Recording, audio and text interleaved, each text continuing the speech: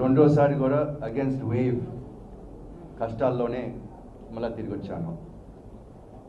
10 years ఫెయిత్ఫుల్గా serve చేశాను. I survived being targeted. State and centre target చేసినా కూడా నేను నిలబడాను. I didn't surrender and I didn't compromise.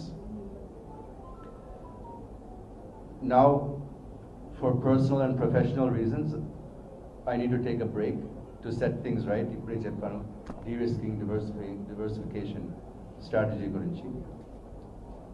And ఈసారి మళ్ళా వస్తే ఫుల్ టైమ్గా రావాలా, పార్ట్ టైమ్గా రానని కూడా నేను ఒక డిసిషన్ తీసుకున్నాను.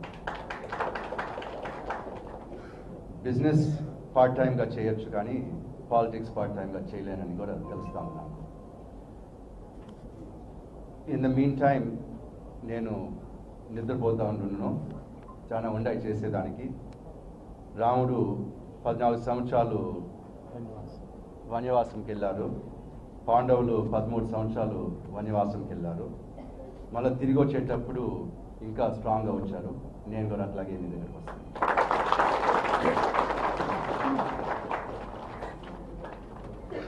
Thank you.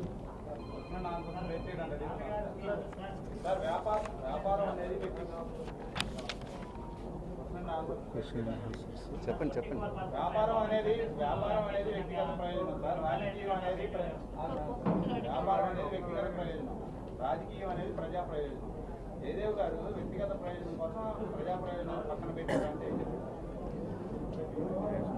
నేను ఏది చేసినా ప్రజల కోసమే, దేశం కోసమే చేస్తున్నాను. అది బిజినెస్ అయినా పాలిటిక్స్ అయినా మీరు మా ట్రాక్ రికార్డ్ చూడండి, మీకు అర్థమవుతుంది.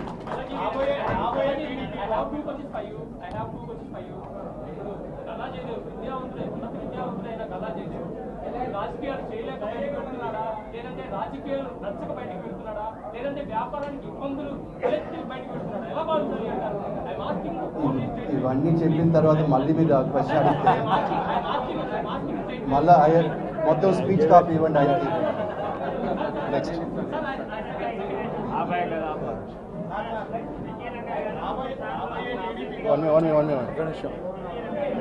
మైక్ ఉందా?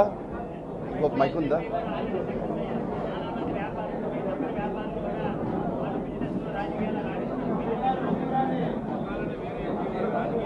అందరూ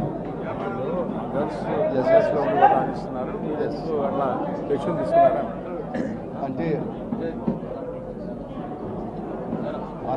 అందరూ నాలా పోరాడుతున్నారా? అందరూ ప్రైమ్ మినిస్టర్ని క్వశ్చన్ చేస్తున్నారా? చీఫ్ మినిస్టర్ని క్వశ్చన్ చేస్తున్నారా? చేయటం లేదు కదా.